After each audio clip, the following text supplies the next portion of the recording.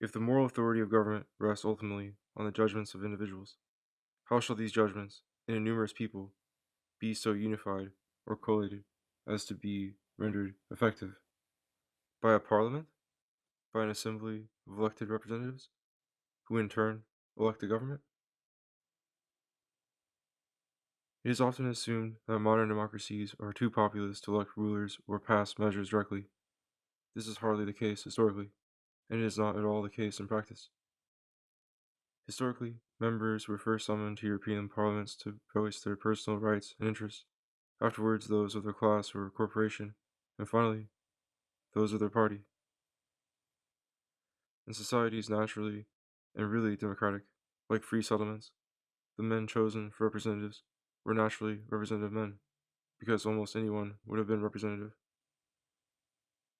They were not expected to report the expressed mind of their fellow pioneers, but to feel and define it in themselves, and to give it original expression. They might almost have been chosen by lot, as jurors are. They might have been trusted to be true to the local type, and to know, like all their comrades, what was economically good for the camp. If only one man, or a few, are now entrusted with the legislative function, rather than all, it is not because a means of consulting the public directly could not be devised. There was always the town meeting, and the referendum was not an unheard of or impracticable thing. Rather, the legislative body, at first all the citizens in the agora, was reduced in number so as to render discussion possible. Politics were a practical matter of mutual consultation and compromise that had to be entrusted to the delegates, even to those that, in the United States, were to elect a president.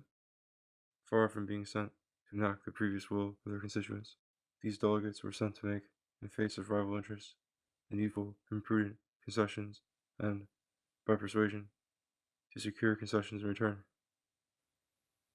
They went as ambassadors to investigate, negotiate, and speechify.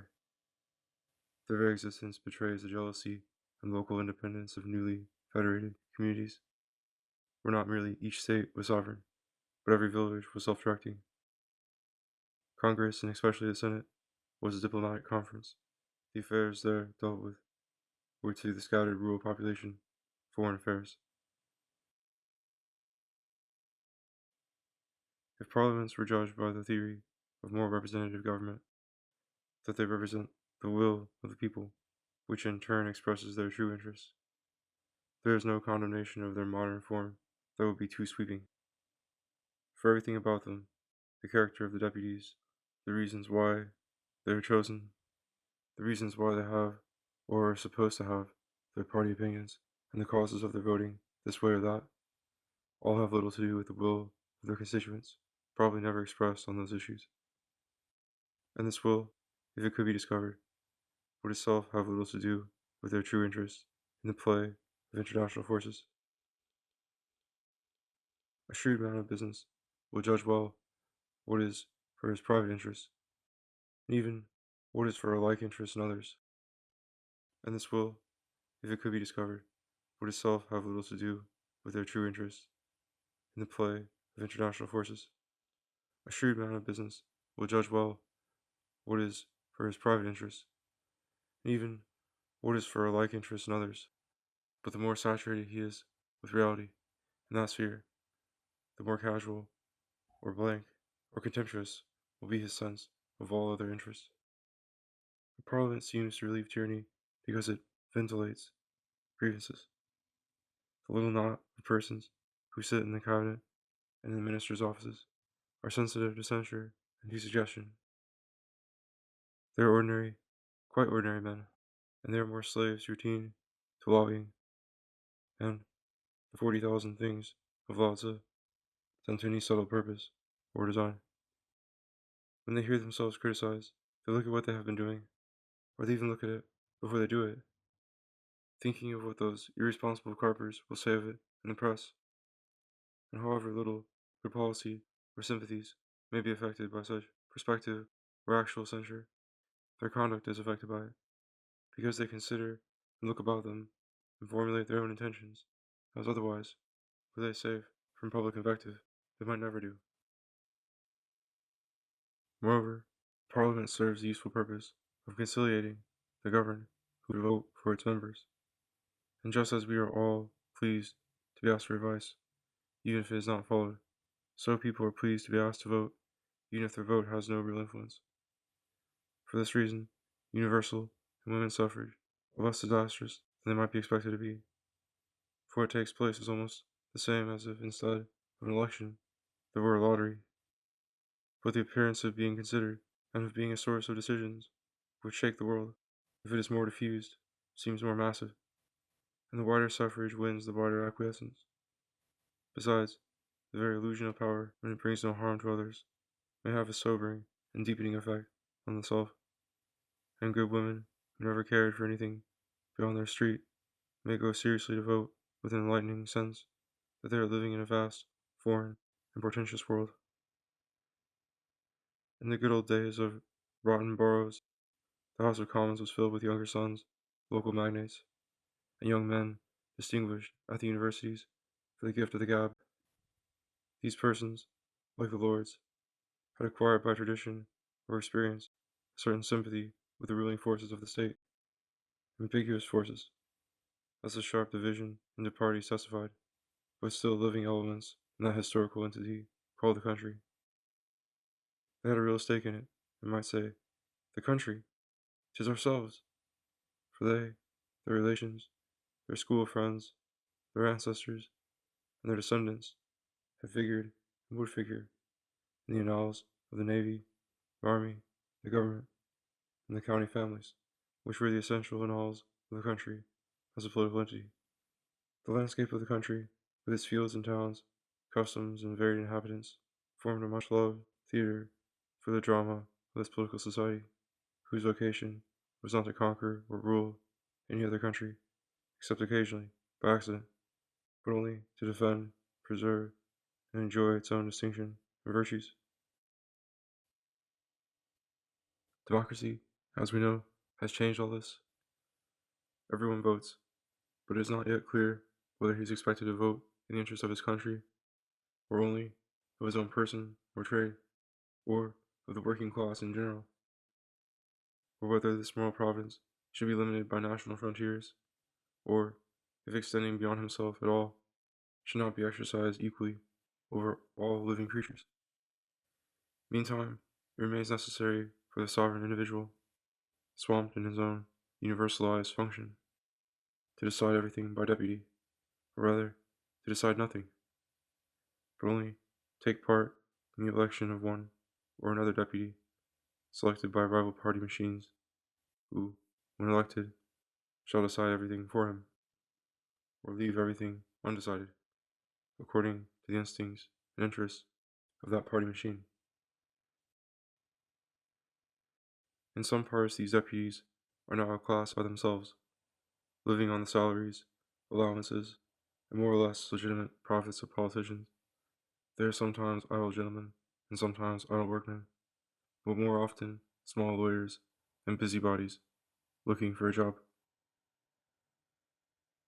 In their humble beginnings, they frequent public houses and operate by cajolery and the repetition of catchwords and anecdotes calculated to create animosity against the rival caucus. Although these functions are now better fulfilled by the party newspapers than by the party candidates, but once an accepted and active member of the machine, the politician never thinks of his constituents save when, on occasion of some election, he repeats to them from many a platform, with much fatigue and perspiration, what his party newspapers or party leader have already said. And if he becomes a party leader himself, or editor of a party newspaper, his object is clear: to obtain or to stay in office. Unless a certain genuine humanity, shrewdness, and good humor adorn the politician, he will soon fail in his profession, because the public has instincts and perceptions, even if it has little knowledge and no means of action.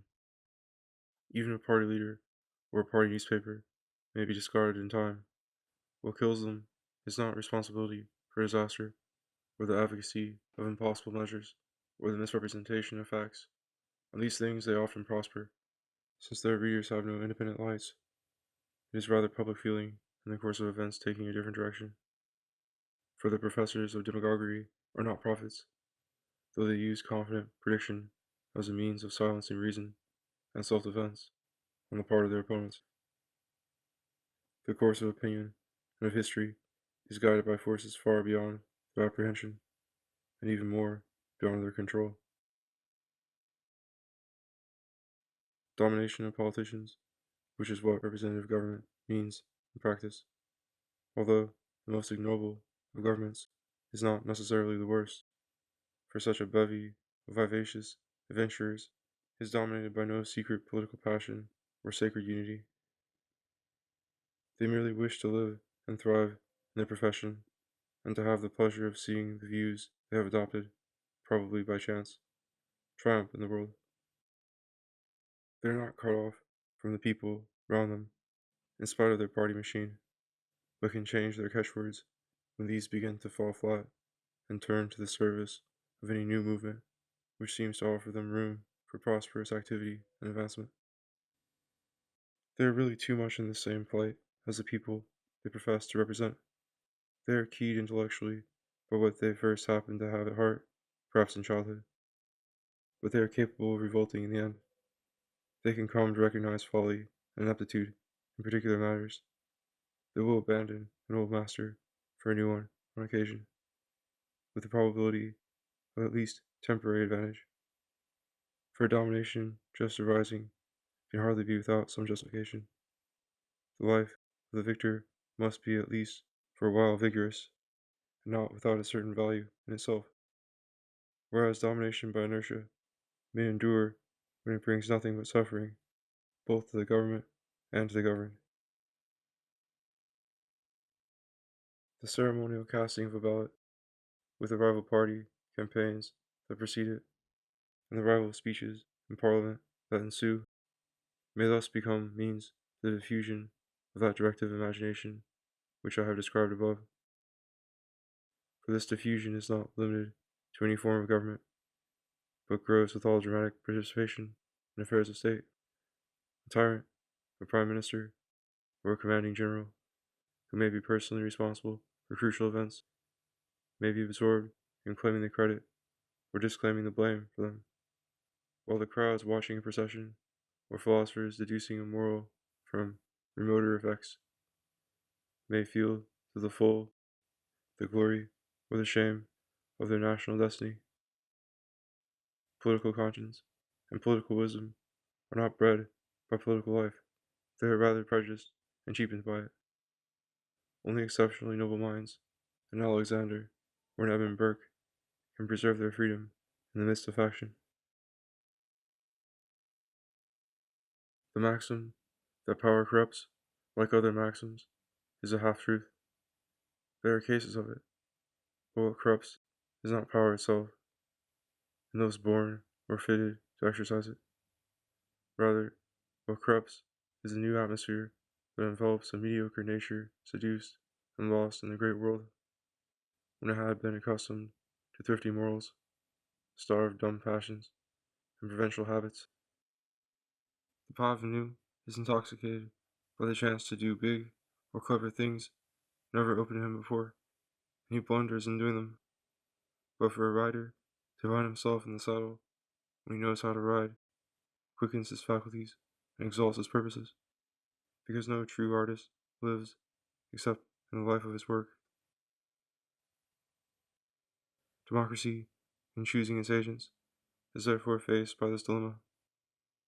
Shall representatives be expected to voice the opinions or advance the schemes of their electors? Or shall they be trusted, in view of their acknowledged gifts, to serve their electors by serving the best interests of all who are affected, and thereby to secure the greatest spiritual satisfaction for themselves and our people, even at some sacrifice of what they clamor for at the moment? In a word, is a parliament a central exchange for current demands, or is it an elite commission to govern justly? To govern was not originally the function of parliaments. Their business was to talk, to argue, to impress, as in a lawsuit. And to this day, the majority of the members of parliaments were lawyers. Moreover, the power they came to impress or persuade was not composed of any of their own members, but existed and governed, for the most part, independently, by its own right and resources. Where this ceased to be the case, parliaments, sometimes, as in Prussia, acquired a stranglehold on government without any direct responsibility or participation in its action, since they now controlled its supplies. At the same time, a further transformation followed in many cases, that the political efficacy of speeches in parliaments no longer turned on their eloquence or competence, but solely on the number of members already pledged by their party leaders to support or oppose the proposals to be made. Speeches by members of the minority are wasted, except as they may serve, if reproduced with large headlines in the press, for party propaganda. And all speeches by ordinary members of the majority are wasted in the same way, since only those made by members of the cabinet will forecast legislation and policy to be officially proclaimed to be the will of the people. A curious transformation in the industrial world is tending now, in the middle of the 20th century, really to make the voice of the people control governments, not through their legally elected parliaments, but through their organized labor unions and proletarian mass meetings in the streets. I said at the beginning of this chapter that the members of popular assemblies originally represented only their own personal or class interests. This genuine value of collective demands, made by an economic power already active, was obscured after the French Revolution by philosophic sects, forming political parties on the basis, not of real interests, but of speculative opinions or ideologies. And the expectation of liberal democracies was that the people's interests should be identical for all, while bloodless and always creative conflicts should enliven their ideas. In politics, they should be, on each occasion, practically unanimous, but in philosophy, originality and variety should flourish forever. This has rendered not only parliaments, but wars, gratuitous and useless, since they no longer arise by the inevitable rivalries and alternatives proper to the generative order of nature, but according to the accidents and confusions proper to imaginative passion when detached from material issues. Trade unions, therefore, threaten to replace parties verbally political in seizing the reins of government. They may do it by force, and with the idiotic conviction that they are guided by an infallible theory. But they might actually confiscate private capital and construct, by natural pressure of circumstances, a new industrial and political order.